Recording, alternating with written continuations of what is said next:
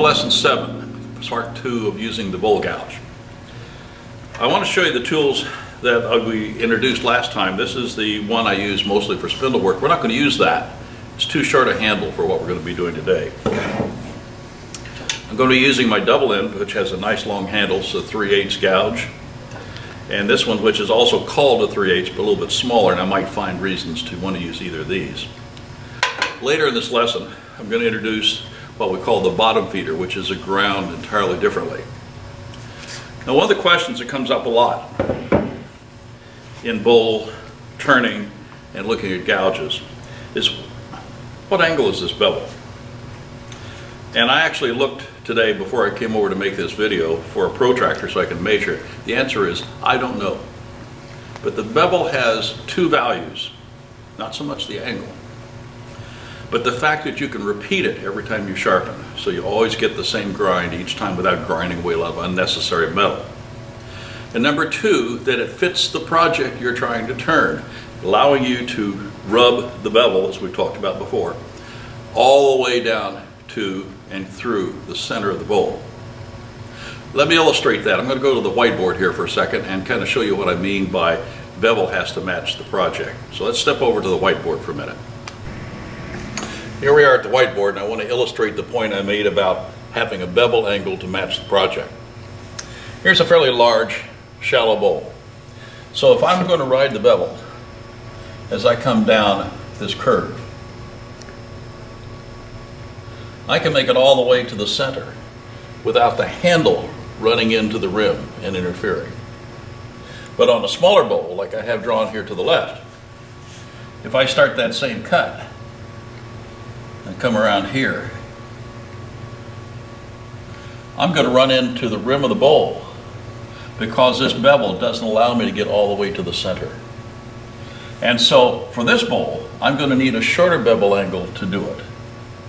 And this one I can get away with a longer bevel angle.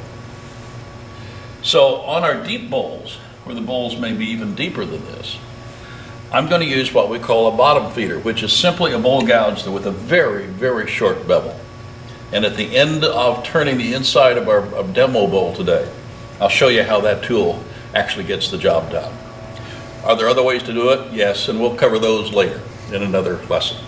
So let's get back to the lathe, set up our project, start our cuts, and then complete the inside of this bowl. Okay, I've taken the bowl off of the faceplate, and I'm going to mount it in my 4-jaw chuck. The tenon has been prepped properly. I'm going to press it snugly against those jaws while I tighten the key. And then I'm going to go to the other hole and tighten some more. And I'm going to keep doing that as long as I can get purchase on this bowl. If I can move the key, then I'm going to keep tightening.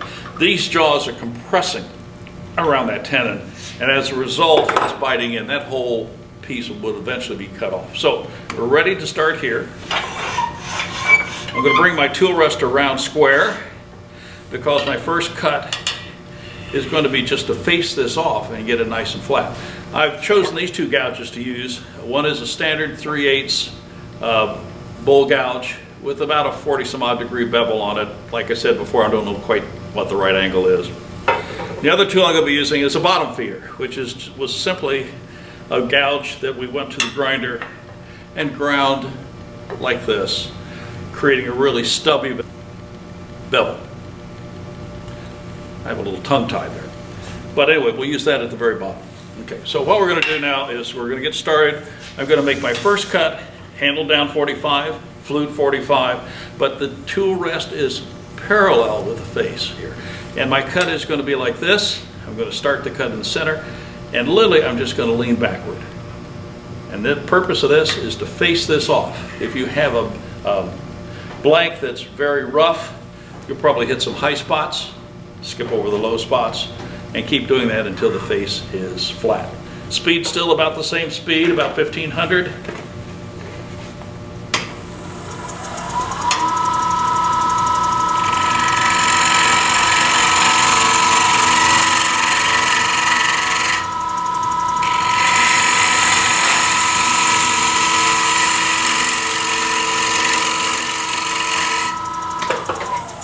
don't know if you can hear that, but I could hear it going tat, tat, tat, tat, tat. And that means that those spots were higher than other spots. And so it took 2 pulls across here to get this surface reasonably flat. It's not perfect, and I don't care. But I do know that I'm not going to start making cuts like this, and I want to push this tool against a nice flat surface. Okay, ready to start these internal cuts.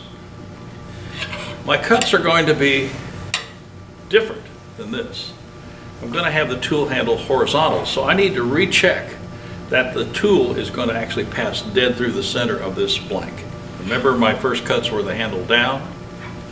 Now the handle is going to be level, and I can see that I'm a little bit low, about 1/4 inch. So slight adjustment, tool rest. Recheck. Looks pretty good. Okay, let's describe what this cut's going to look like. I'm going to start off with the gouge in such a position that the flute is absolutely vertical, like this. If I rotate it very slightly and engage this flat face, it could skate off either direction. So I'm going to start vertically. It's going to create a small groove, which gives the tip of the tool a place to ride, so I have support at the surface, support on the tool rest, and support with my hand out here. And then as I proceed with the cut, I'm going to roll it open and then begin to use more of the bevel to make this cut across like that. With the gouge, it's going to look like this. Handle is behind the ways, almost 45 degrees. My wrist is over-rotated, pronated is the word. My left hand is a pivot point, my thumb specifically. So I'm going to start by going straight down, creating a small groove, and then pivoting around my thumb and bringing that handle back to parallel. It unrolled the tool. I've created a curve inside, and I'm going to stop right here on these first few cuts. It's like rowing a boat. So watch for the little groove, and once the groove is established, the tip is supported and I can complete the cut. Okay, here we go. Same speed, around 1500, 1600.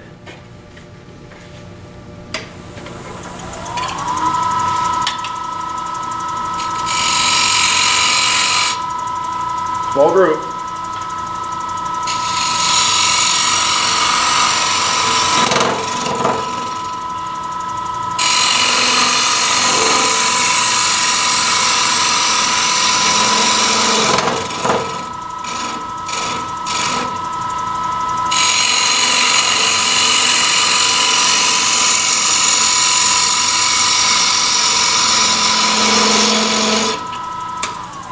Now, we're going to add part 3 to this.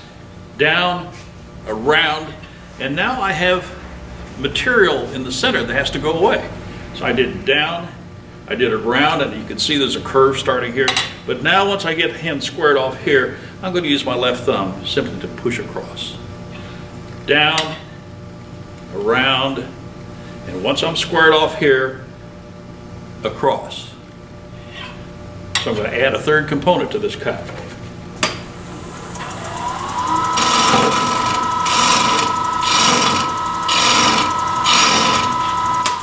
And as you can see, I can do that as many times as I want. This hand and position tool stayed the same. All I did was push across here to remove actually the garbage around where that drill hole originally was for the screw chuck. So let's expand this and keep going.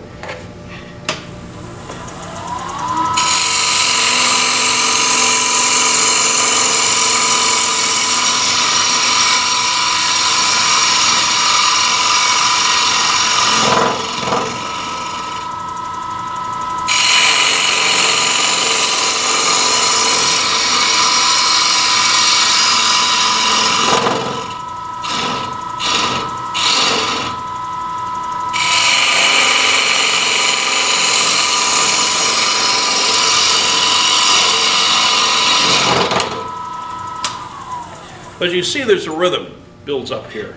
Down, around, across. I'm going to come out here to establish my wall thickness.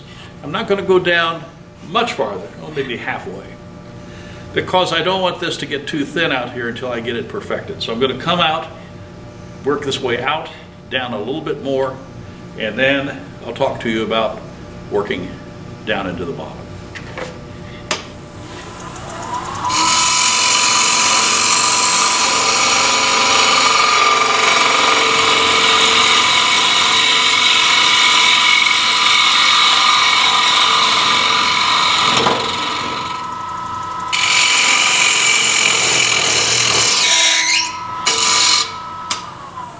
That wasn't very good. What happened is I overpowered the lathe.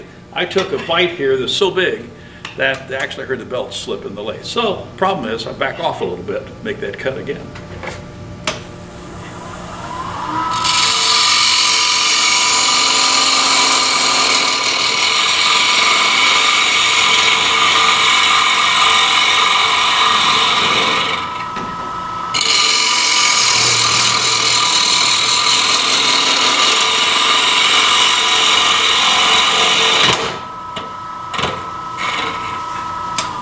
Now, here's another situation. As I get further over this way, you see my hand beginning to bounce a little bit because the tool, which was hanging over this far, is now hanging over this far.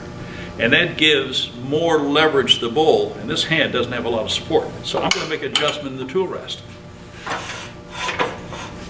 I'm going to take it inside the bowl to shorten that distance between the face of the wood and the support on the tool.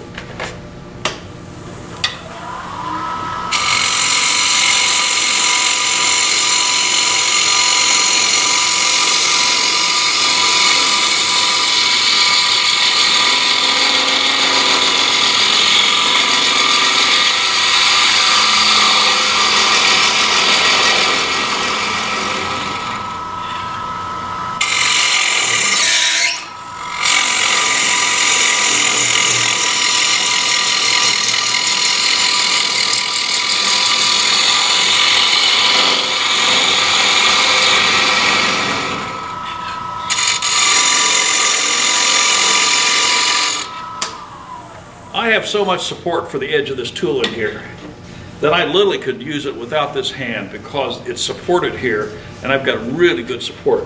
It's not recommended.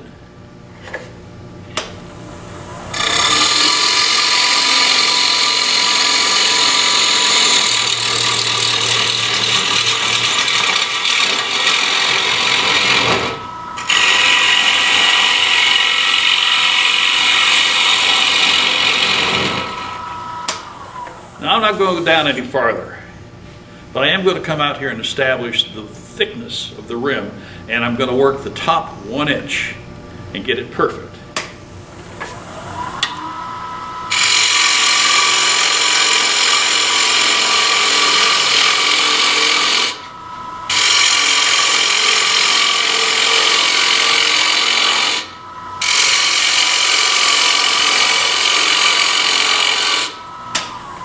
As I work down and bring this handle around, I'm watching this edge and I'm trying to parallel with this outside edge, trying to match that curve. And I'm going to get out a little farther and then I'm going to test it with my fingers to see if my wall thickness is uniform, getting thicker, or getting thinner. I'll make another cut or two and then we'll stop checking wall thickness.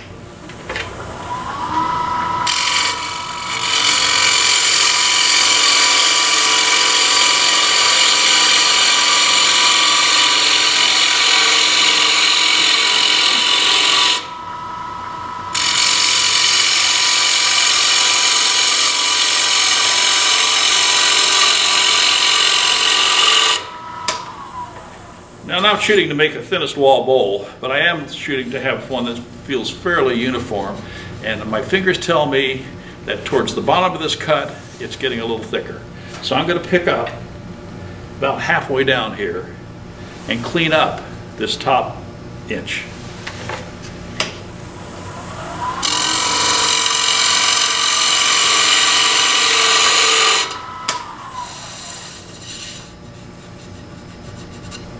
That feels fairly uniform. Now I'm going to go down to the next edge. Before I do that though, I'm going to take care of these edges and make sure I'm perfectly happy before I get down and have that lack of support for this cut. So I'm going to clean up these edges real quick.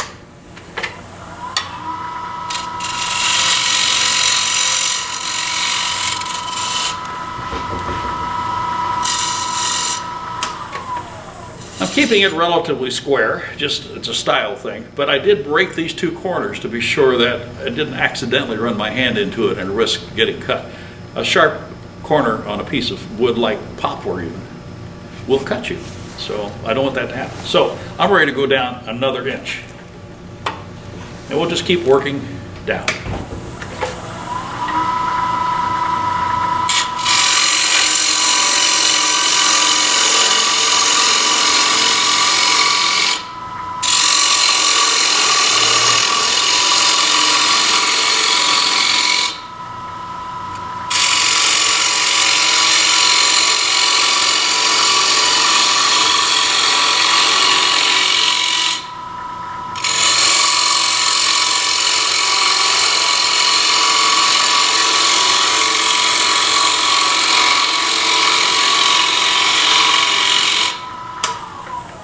So let's see how I did.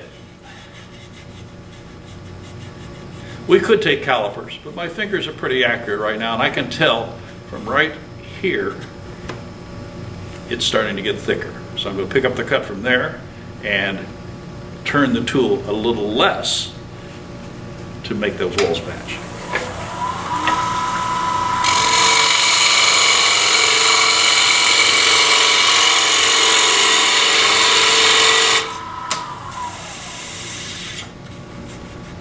One more cut.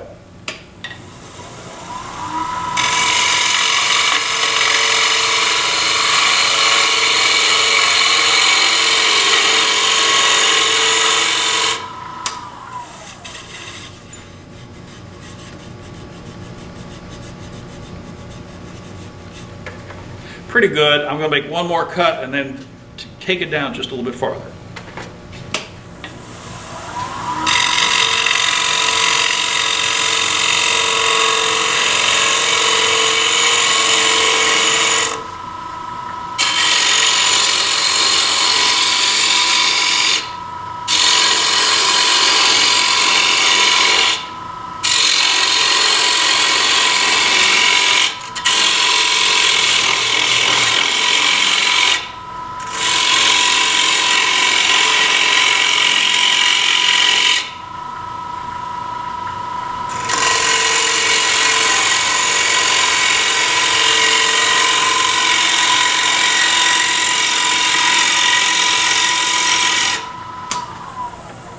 I left a lot of little ridges in here. Oh, that feels pretty good.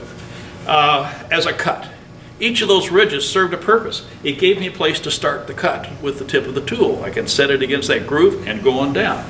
The last cut, as you saw, I went much more slowly. Blending these two, there's still a little bump in here, and we have another video which will talk about cleaning up all this, but I will make one more cut down to here, and then we are going to come across the bottom with a different tool.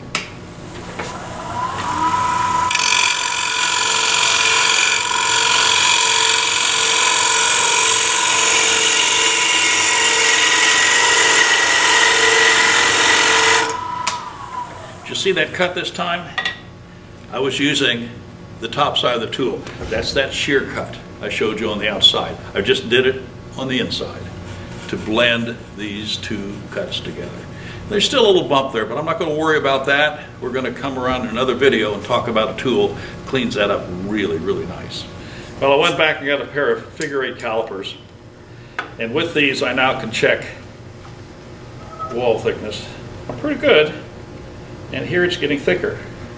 And this is what I want to know, is how much meat do I have in the bottom? I got that much. I need that much. I'm in good shape. But I need to know. So a few more cuts here, take some of this mass away, and then I'm going to go to my bottom feeder.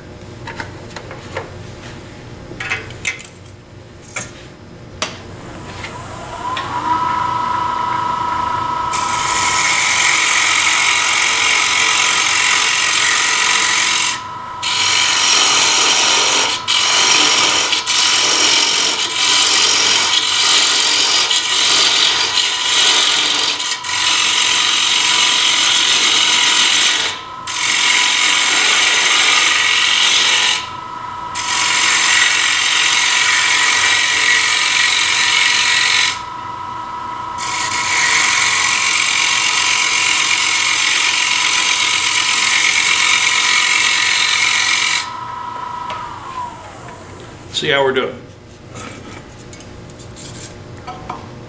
Well, that hasn't changed. Down at the bottom. See how it's getting thicker? So right about in here, I need to start taking a little bit more out. Now it's okay to have a little extra mass at the bottom, but this is about bowl gouges and not about bowl making. So I'm going to take this pedestal out. I'm still holding that tool horizontal, still at the 45 degree, and just simply moving across like this, third part of the bowl cut.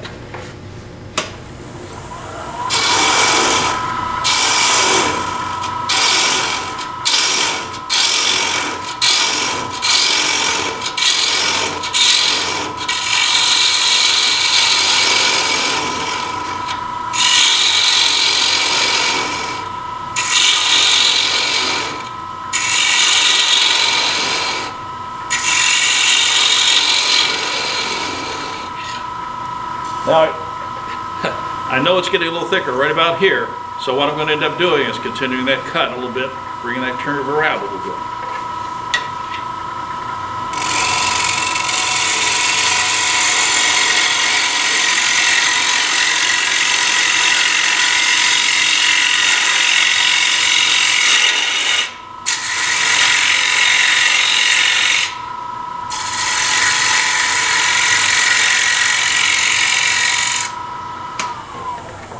Again. Still need a little bit more off.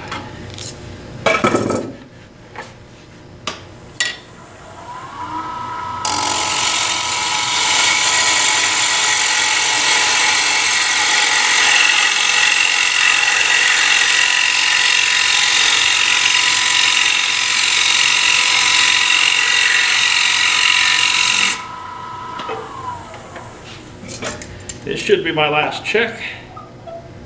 Yeah, good. So now I have a hump right in the center that needs to come out, and if I go in with this gouge, I'm going to be hitting the tool like this. Excuse me. It's going to look like this. That's what I call an unsupported cut. We're cutting with the edge, but I'm not getting the support of the bevel. Could I do that if I hang on well? Yes. But wouldn't it be better to have a tool where I can actually get the support of the bevel? And that's where the shorter beveled tools work very nicely. And I'm checking to see where the bevel is. It's right about here. This tool's a little fatter, so I'm going to drop the tool rest just a smidge. And that looks like that's going to go right through the center, and that looks like about the right angle to present this tool. So I'm going to clean up this last little bit with that.